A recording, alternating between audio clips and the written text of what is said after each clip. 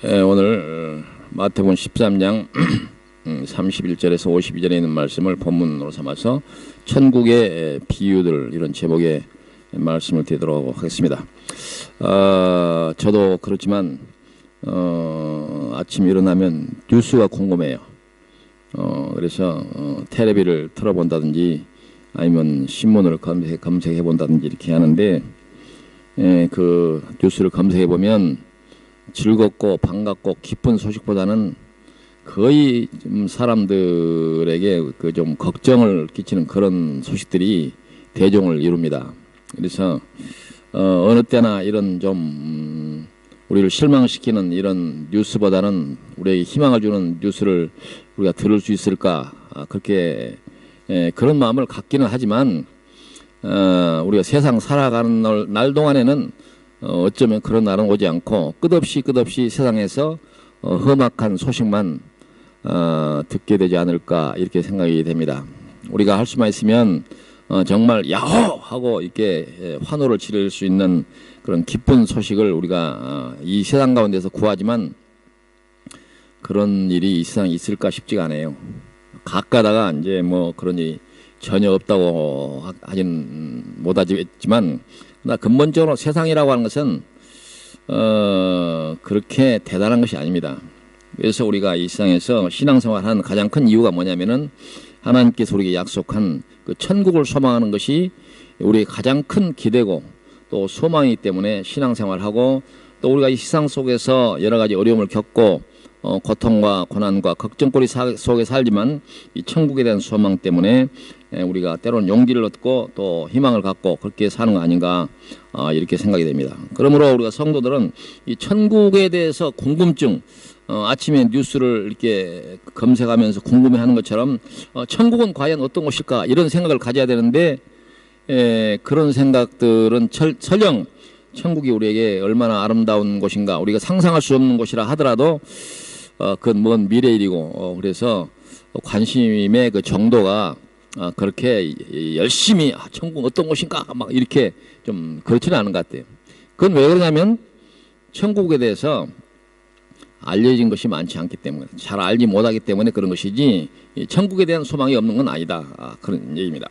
근데 이제 성경에서 오늘 집중적으로 마태복음 1장부터 예수님께서 육성으로, 천국에서 오신 예수님께서 직접 그의 음성으로 천국에 대한 비밀을 알려주는 그 귀한 장이 이 마태복음 13장이기 때문에 이 마태복음 13장은 우리가 기대와 감동할 마음의 준비를 가지고 들어도 좋은 말씀이다, 그렇게 얘기를 들 수가 있습니다.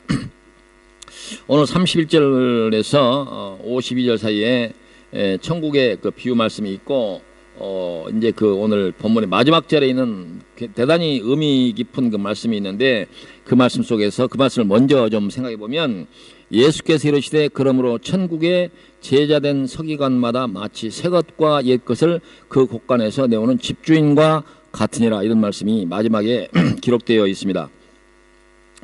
이 말씀들은 천국의 비유를 예수님께서 다 말씀하신 후에 덧붙인 말씀으로서 이 천국의 비유를 듣는 사람들의 자세에 관한, 그 태도에 관한 말씀을 덧붙이는 내용으로 할 수 있는데, 이 천국 복음을 듣고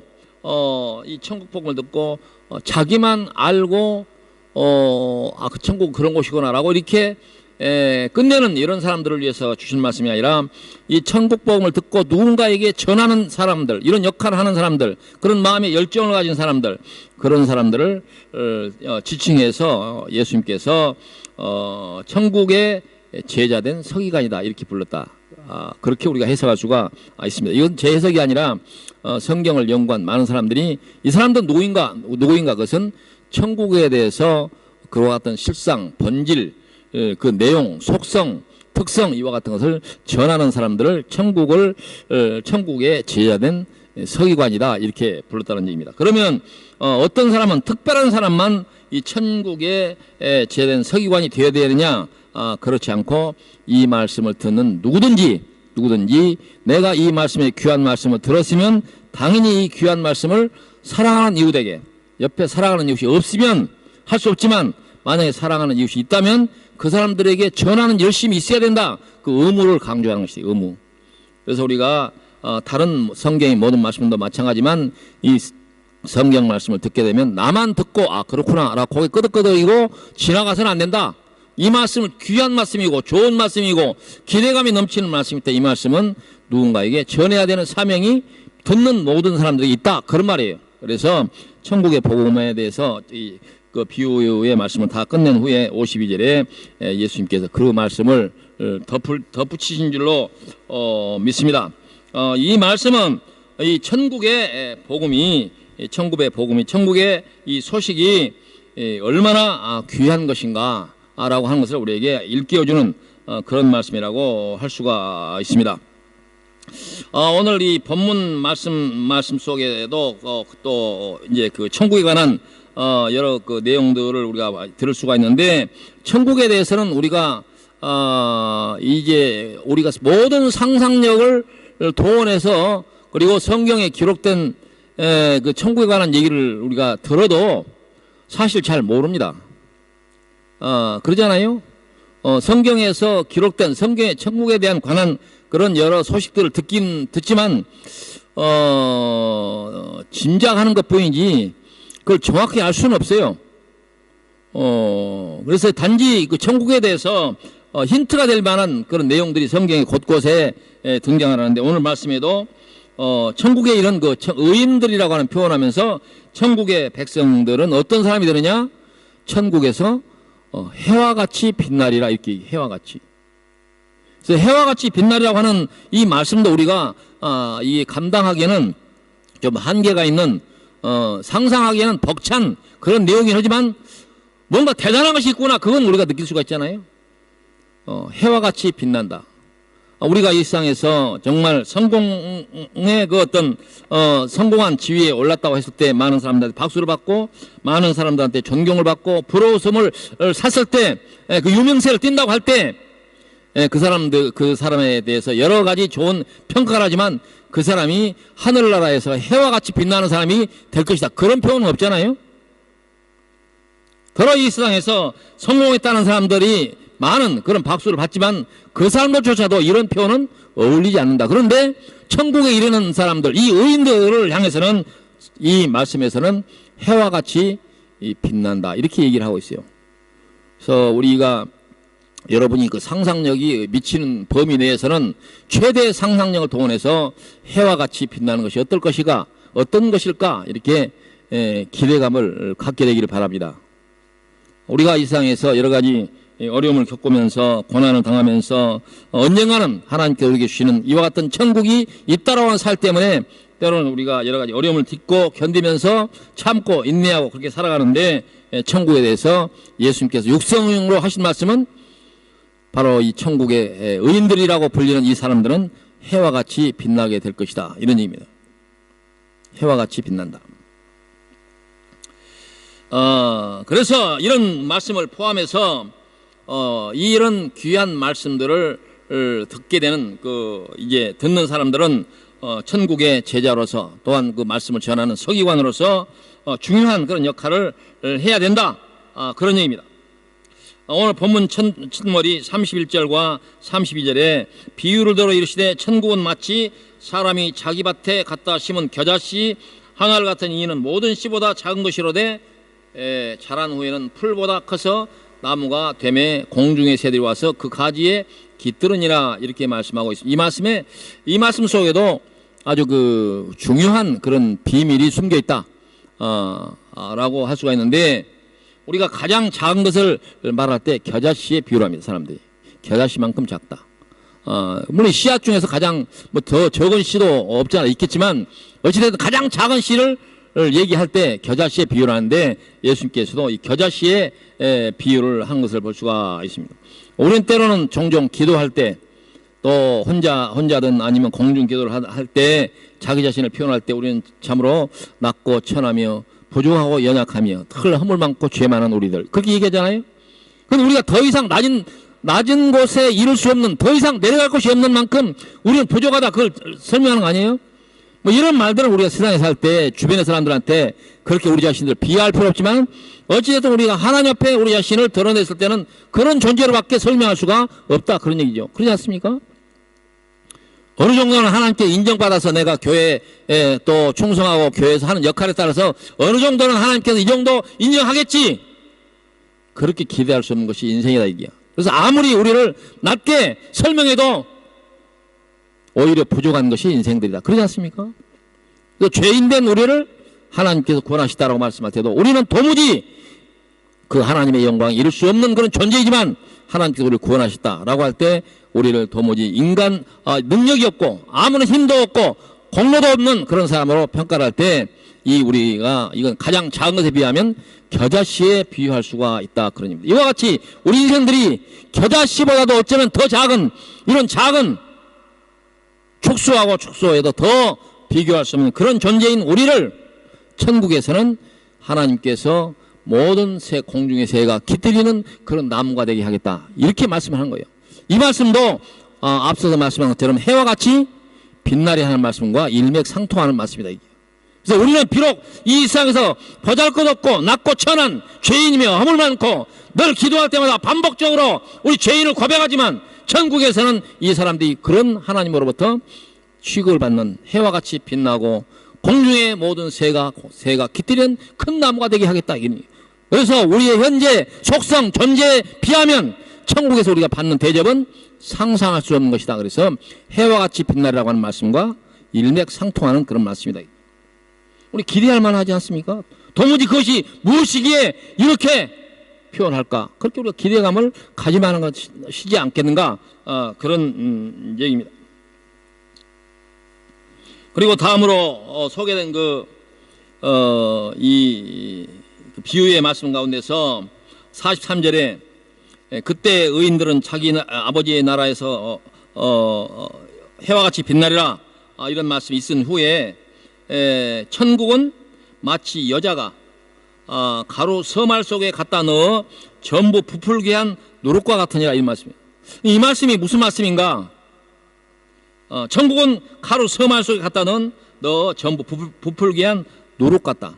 근데 이 누룩은 속성이 두 가지라고 합니다. 속성이 뭐냐?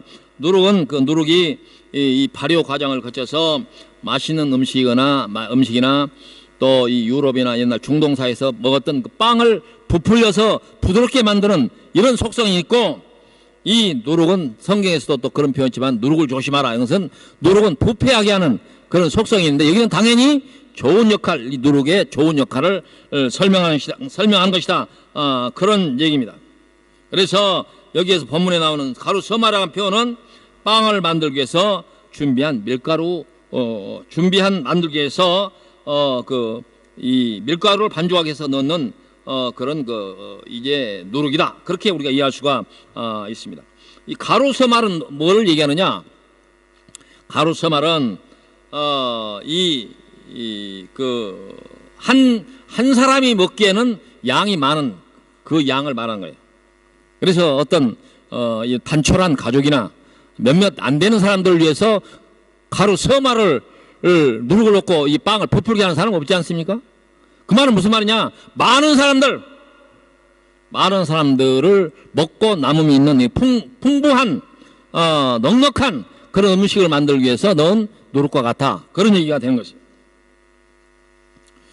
이 말씀을 준비하면서 작년에 돌아가신 저희 그 어머니 말씀이 생각이 났어요. 올해 1월 달에 어머니가 돌아가셨는데, 작년 가을에 어머니 이제 요양병원에 갔더니 어머니 말씀이 저한테 그런 거예요. 아야, 찹쌀 서말만 팔아주라. 그런 거. 이 서말이 거기서 나온 거예요. 우리 어머니도 성경을 워낙 많이 봐서 서말의 의미를 아마 그렇게 해석했는지 모르지만, 그래서 제가 어디다 쓰게요? 뭐 서말 뿐이겠습니까? 찹쌀 서말을 어디다 쓰게 그랬더니 떡을 해서 그 연방교회 성도들 먹이겠다는 거예요. 연방교회가 어머니가 평생 섬기던 시골 교회인데 그러니까 한번 내가 죽기 전에 그 성도들을 위해서 잔치를 한번 해야겠다 그런 얘기예요. 근데 그때는 어머니가 워낙 건강하시고 그리고 또 연세도 살짝 많으시고 또 연세나 또 이제 그런 상황에서 다시 그 시골에 가서 성도들하고 같이 신앙생활 할 수 있는 그런 기대를 할 수 없는 그런 상태였기 때문에 그 말을 좀 귀담았지 않았어요. 좀 나중에 곰곰 생각해보니까 그때 좀 무리해서라도 서말 찹쌀로 떡을 만들어서 그 연방교회 성도들을 우리 어머니 이름으로 한번 대접했더라면 어땠을까 이런 생각을 한번 하긴 해봤어요. 그래서 잘못한 것이 한두 가지가 아니지만 좀 그의 마음에 남아요. 이 가루 서말 중동에서는 이 빵을 만드니까 가루 서말은 당연히 빵을 만드는데 우리 어머니가 말씀하는 것은 우리 한국 사람에서 잔치하고 또 누군가에게 좀 뭐 좋은 걸 먹이려고 할 때는 떡을 돌린다고 그러잖아요. 이게 서말 이 찹쌀이 어머니한테는 아주 굉장한 양이에요. 옛날 우리 마을에도 들이 넓지가 않고 그래서 뭐 물론 대농이라고 하는 사람들은 꽤 큰 부자가 있었지만 대부분 사람들이 다 가난해가지고 찹쌀은 잔치 때나 쓰는 찹쌀이기 때문에 찹쌀을 거두기보다는 그냥 맵쌀도 먹고 거둬가지고 전전 근거하는 사람이라 찹쌀 서말은 어머니한테는 어마어마한 쌀이 어마어마. 그래서 오늘 성경에 등장하는 예수님께서 비유로 이 가루 서말도 그런 의미가 있지 않을까. 어마어마한 쌀을 밀가루를 부풀게 하는 누룩. 그것도 앞서서 우리가 가장 적은 것이 가장 크게 이렇게 해와 같이 빛나는 그와 같은 걸 비유하는 것이죠. 그래서 바로 이 가루 서말에 넣는 누룩과 같아 이렇게 말씀하신 것도 성도가 이 세상에서 아무리 부족하고 적고 보잘것없고 그러지만 천국에서는 이 모든 사람을 많은 사람을 먹일 수 있는 그러한 비교할 수 없는 그런 존재가 된다. 그런 비유라 말이죠. 그래서 앞서서 이제 겨자씨의 비유도 그렇고 이 찹쌀 서말 속에 들어가는 누룩의 비유도 그렇고 아무리 세상에서는 나 자신이 부족하지만 천국에서는 하나님께서 우리를 그와 같은 존재로 만들어주겠다라고 하는 그런 약속이라 라고 하는 얘기입니다. 이런 약속은 우리가 믿을 만한 우리가 기대할 만한 그런 말씀이지 않습니까? 우리가 이 세상에서 간혹 성공한 사람들을 설명할 때 자수성가했다 뭐 이렇게 얘기를 하기도 하고 참 그 사람은 필생에 좋은 업적을 남겼다 이렇게 칭찬을 받는 사람들이 많은데 덴마크에도 그런 사람들이 많은 것 같아요. 지난주 24일날 토요일날 케빈 호텔에서 정한협회 잔치에 우리가 성도들이 많이 참석했지 않습니까? 그 케빈 호텔 사장님이 일명 자수성가한 분이다 이렇게 얘기를 하더라고요. 그래서 저는 이 코펜하겐뿐만 아니라 덴마크 전국에 몇 개인지 모르는 호텔이 있어요. 거기다가 이번에 중앙역 옆에 지금 그 옆에 가면 티볼리 호텔이라고 있는데 그 옆에 거의 다 지었더라고. 600석 규모의 호텔을 지금 짓고 있는데 그 양반이 정말 필생에 수고를 많이 해서 좋은 일을 많이 한 그런 사람들. 그분이 한국에서 한국인 입양자로 3사람을 입양한 분이에요. 그 중에 딸 하나를 제가 옛날 개인적으로 한글을 가르친 그런 사람이 있는데 어찌됐든 이런 좋은 일을 하는 사람들이 많이 있어요. 마땅히 이 세상에서 칭찬을 듣고 박수를 받아야 할 사람이겠죠. 그날도 그분이 이제 소개를 이렇게 했을 때 아마도 그 양반이 세상에서 여러 가지 성공을 하긴 했지만 그걸 자랑할 길이 없었는데 정한 옆에서 자랑할 수 있는 기회를 그 양반한테 줘서 그 양반은 그 장소를 우리한테 제공한 이제 공이 있긴 하지만 개인적으로 그 필생에 자기가 성공한 것을 이 많은 사람 앞에 자랑할 수 있는 기회를 얻었다는 점에서 그 사람도 그날 기분이 좋았을 것이다 이런 생각이 들기는 해요. 거기뿐 아니라 덴마크는 이제 재벌회사인 에피밀러 같은 경우는 이 오페라 하우스를 어마어마한 돈을 들여가지고 오페라 하우스를 지어가지고 세계적인 오페라 하우스를 해서 덴마크 국민과 코펜하겐 시민들에게 선물이 되게 하고 그리고 이 맥주를 만드는 그 칼스벅 회사는 연간 수백억 크로나를 덴마크 사회에다가 기증을 해서 덴마크가 이 정부의 세금이 아닌 이런 사이드 어떤 기업들이 낸 이런 기금을 가지고 풍성한 이런 문화 활동을 하도록 지원하는 이런 사람들이 있어요. 덴마크는 이런 이제 큰 회사, 유명한 알려진 회사도 많지만 개인들도 그런 일을 많이 한다고 그래요. 그래서 이런 보통 서민들도 돌아가신 무렵에 자기의 재산 목록을 갖다가 콧면에다 갖다 주면서 나 죽고 내가 갚을 거 있으면 갚고 나머지는 좋은 일에 써라. 그렇게 하는 사람들이 의외로 많대요.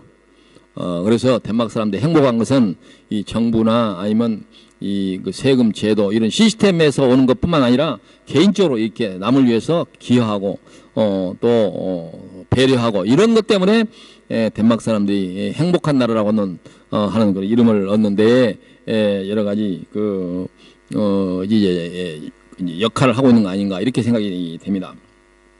당연히 이런 사람들은 존경을 받고 박수를 치고 그 사람들이 그런 이름 석자를 세상에 알려야 하지만 그러나 오늘 성경 말씀에서 우리는 그와 같은 역할을 못해서 좀 아쉽다 이렇게 생각하는 사람들도 걱정하지 말 것은 천국에서는 우리가 천국에 이르는 백성들은 하늘에서 그의 나라 된 하늘에서 해와 같이 빛난다 이렇게 얘기를 해요. 그러니까 덴마크에서 유명한 에피밀러 사장님이나 여기 케빈 사장님이나 칼슨 맥주 회사 사장님보다도 더 큰 영광을 얻는다 그런 뜻이요.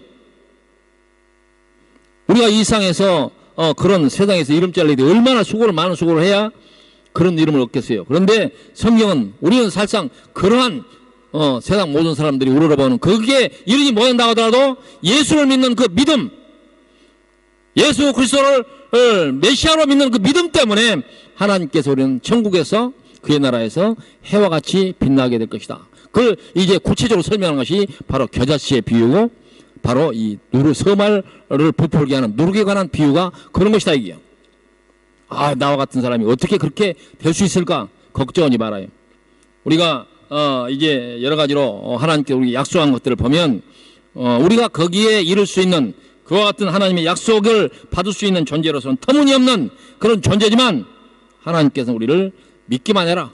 그러면 내가 너희들을 천국의 의인들과 함께 앉게 하겠다. 이렇게 약속을 하고 있지 않습니까? 그래서 우리가 이 세상에서 이제 이와 같은 약속을 받는 사람들은 천국의 백성으로서 천국 백성에서 이 세상에서 존경받고 성공했다고 사는 사람들보다 더 큰 그런 영광을 받을 천국의 백성들로서는 우리가 이 세상에서 조금은 마음을 넉넉하게 쓸 필요가 있지 않느냐 이게. 넉넉하게. 그렇지 않아요?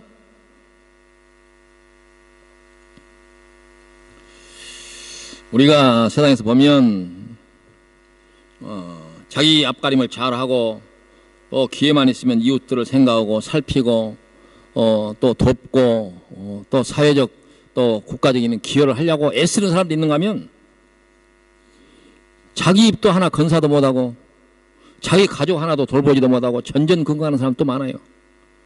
평생 살면서 자기 입에 들어가는 새끼 그것에 전전긍긍하는 그런 사람들. 조금 나오면 이제 자기 가족들 먹이는 일에 전전긍긍하는. 그건 형편이 부득이해서 그렇게 될 수 있다고 보지만 마음만은 우리가 예수 믿는 사람은 천국에서 해와 같이 빛나는 사람들 이 세상에서 좀 마음이 넉넉하게 살 거 아니에요? 왜? 우리가 이와 같은 하나님께 약속한 그 나라에서는 해와 같이 빛날 사람들이 이 세상에서 작은 것에 일비하면서 전전긍긍하고 걱정 의심하면서 작은 걸 움켜쥐고 벌벌 때는 그렇게 살아야 되겠냐 이게.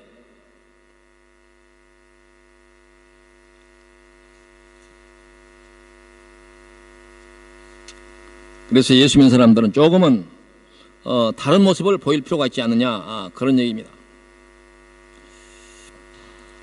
바로 그런 사람들이 천국에서도 해와 같이 빛나는 사람들이지만 세상에서도 등불이 되어서 세상을 비추는 빛이 되도록 성경에서 여러 가지로 우리에게 교훈하고 있는 것을 우리가 볼 수가 있습니다. 등불을 켜서 등경 위에 둔다. 말 아래 두지 아니한다. 세상 모든 사람 비치게 하고 그리고 소금이 되어서 세상을 부패한 이 세상을 썩지 않게 하는 역할이 우리에게 요구되고 있지 않습니까?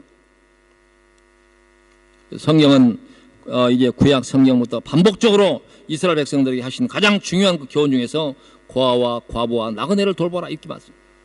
그게 예수 믿는 사람 하나님을 믿고 또 천국의 소망과 약속을 가진 사람들의 그런 바른 자세다 그런 얘기입니다.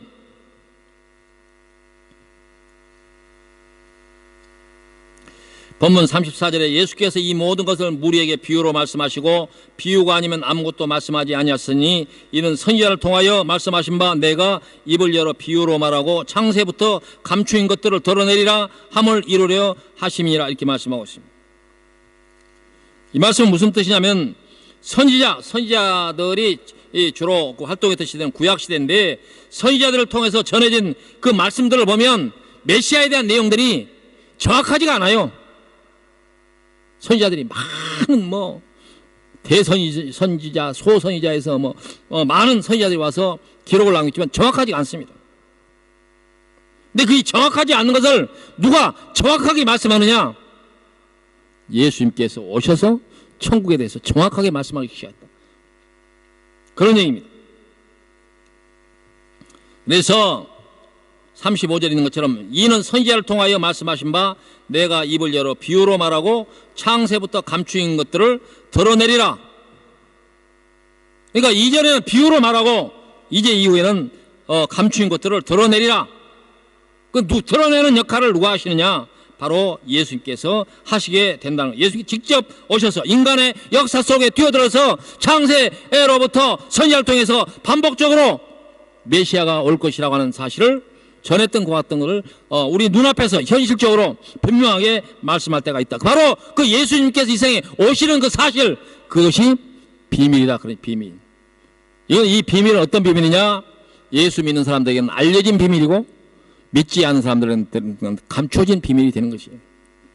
제한된 사람들에게만 알려진 것이 비밀 아닙니까? 비밀을 모든 사람이 다 알면 그 순간 비밀이 안 되지만 제한된 사람, 그 사람 숫자가 몇 명이다 이렇게 말을 하지만 모든 사람이 알려진 것이 비밀이 아니에요. 제한된 몇 사람에게만 알려진 게 비밀인데 바로 그것이 뭐냐? 예수 그리스도의 오심이라는 얘기. 예수 그리스도의 오심에 대해서 성경에 반복적으로 매스컴과 뉴스를 통해 반복적으로 얘기하지만 그러나 세상에서는 아무리 그렇게 외치고 들려도 안 믿는 사람이 남아있는 한 이건 비밀인 거예요. 예수 믿는 것은. 그래서 예수 믿는 사람들에게는 예수로 말미암아 우리가 천국에서 해와 같이 빛난다고 하는 사실은 우리에게 알려진 비밀이 되는 것이고, 그러나 믿지 않고 끝까지 돌아서서 그 말씀을 부정하는 사람들에게는 감춰진 비밀이 되는 것이다. 그것이 바로 창세 이후로 감춰진 비밀이 예수님께서 오셔서 세상에 그걸 알리게 하셨다. 그 육성으로. 어차피 선지자들은 그건 제3자 그가 오실 것이다 이런 얘기지만 예수는 짱 내가 왔다 그렇게 말씀하실 수 있는 분이 이 세상에 예수님밖에 누가 있겠어요? 천국에 올라가지 아니한 자는 천국에 대해서 알 자가 없다라고 하신 말씀도 바로 예수님만이 천국에 대해서 얘기할 수 있다 그런 얘기입니다.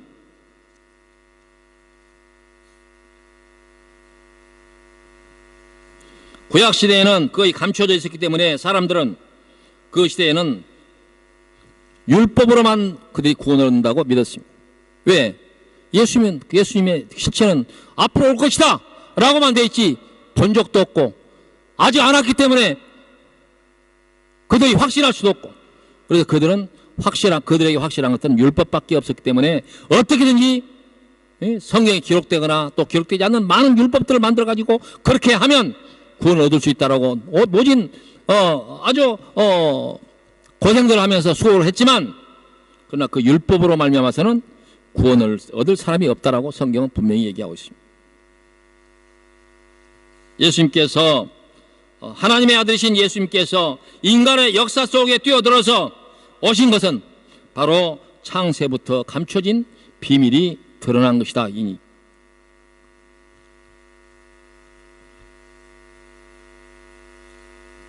예수님에 대해서 알지 못하는 사람들은 어떻게든지 자기들이 상상하던 아니면 누군가가 전했던 그 천국에 가기 위해서 자기들이 고안에는 온갖 방법을 동원해서 그 나라를 가겠다고 애를 쓰고 있지 않습니까? 그건 기독교 외뿐만 아니라 다른 종교도 다 마찬가지. 바로 유대인들도 이 율법으로만 구원을 얻을 수 있다고 믿었지만 성경은 분명하고 확실하게 예수 믿는 믿음으로 말미암아 천국에 갈 수밖에 없다라고 말씀을 하고 있습니다. 그래서 기독교를 제외한 세상의 모든 종교는 예수만이 그리스도가 된다고 하는 사실을 애써서 부정하는 일에 목숨을 겁니다. 예수만이 구원자가 아니라라고 하니 그들 목숨을 거는 거예요. 그렇게 되는 날에는 그들은 다 망하기 때문이죠. 예수밖에 구원이 없다라고 하는 사실이 그들이 받아들이는 순간 자기들의 종교, 자기들의 철학 모든 게 무너지기 때문에 목숨을 걸고 이 세상에 기독교를 지닌 모든 종교는 예수가 구원자가 아니라고 하는 사실에 목숨을 거는 거예요. 왜? 그들에게는 감춰진 비밀이기 때문에 그렇다. 우리에게는 알려진 비밀이지만 그들은 감춰진 비밀이기 때문에 그런 거예요.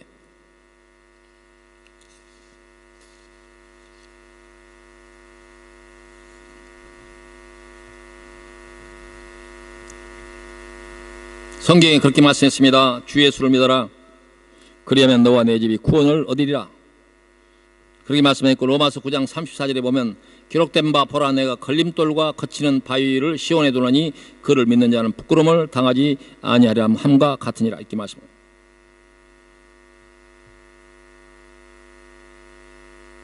성경은 모든 사람에게 복음이 전해진 뒤에 모든 사람에게 복음이 전해진 뒤에야 세상에 그때야 세상의 끝이 올 것이다. 그렇게 말씀하면서도 그러나 그렇게 전해져도 끝까지 하나님의 복음인 그리스도 예수를 믿지 않은 사람이 세상에 존재한다라고 증언하고 있습니다. 곧 제한된 사람에게만 천국 가는 길이 허락되어 있다라고 하는 얘기가 되는 것입니다. 그래서 사도행전 4장 12절에 다른 이로서는 구원을 받을 수 없나니 천하 사람 중에 구원을 받을 만한 다른 이름을 우리에게 주신 일이 없다. 이렇게 말씀하고 있는 것입니다. 그리고 본문 36절부터 42절은 지난번에 앞서서 말씀드렸던 마태복음 13장 전반부에서 소개된 내용을 다시 설명하는 법입니다. 이에 예수께서 무리를 떠나사 집에 들어가신 지혜들이 나와 이르시되 밭의 가라지의 비유를 우리에게 설명하여 주소서. 대답하여 이르시되 좋은 씨를 뿌리는 이는 인자요 밭은 세상이요 좋은 씨는 천국의 아들들이요 가라지는 악한 자들의 아들들이요 가라지를 뿌린 원수는 마귀요 추수때는 세상 끝이요 추수꾼은 천사들이니 그런즉 가라지를 거두어 불에 사르는 것 같이 세상 끝에도 그러하리라. 41절에 인자가 그 천사들을 보내리니 그들이 그 나라에서 모든 넘어지게 하는 것과 또 불법을 행하는 자들을 거두어내어 풀무불에 던져 넣으리니 거기에 울며 이를 갈게 되라. 이 말씀이 같은 성경에 두 번 반복되는 것을 볼 수가 있습니다. 풀무불에 던져 넣어서 거기에서 울며 이를 갈미 있으리라. 바로 이 복음의 말씀이 비밀로 감춰진 인생들을 향한 정말 처참한 그 결과를 이렇게 설명하는 거예요. 이를 갈며 거기서 울며 이를 갈게 될 것이다. 억울함이 있죠. 아니면 회한이 아니면 후회가 되겠다. 그런 날이 오게 된다. 성경은 그렇게 분명히 증언하고 있습니다. 그러나 말씀드린 것처럼 43절에 그때 의인들은 바로 예수 믿는 사람들이 자기 아버지 나라에서 해와 같이 빛나리라. 귀 있는 자는 들어라. 이렇게 말해요. 귀 있는 자. 지난번에도 그렇게 얘기했지만 귀 없는 사람이 누가 있어요. 그래서 귀가 있어도 듣는 사람이 있고 못 듣는 귀가 있다. 알려진 비밀이 된 사람들에게는 이 말 귀는 듣는 귀가 되지만 감춰진 비밀이 된 사람들에게는 귀가 있어도 듣지 못한다. 무지지요.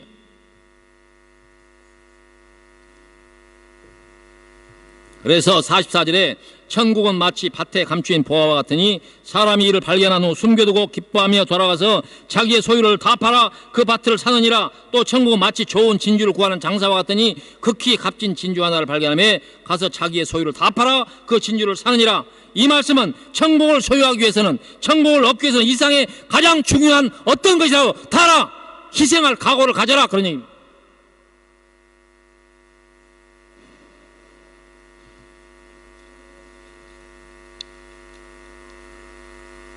세상의 재리와 세상의 영예와 세상의 영광을 구하기 위해서 그걸 손에 놓지 못하고 전전 근거하게 되면 천국을 어떻게 소유할 수가 있겠습니까? 우리 각오를 새롭게 해야 됩니다. 천국을 얻기 위해서는 우리가 어떤 희생도 어떤 노력도 우리가 어떤 일이라도 해야 된다라고 하는 그런 생각을 가져야 됩니다. 대충 그렇게 해서는 안 된다.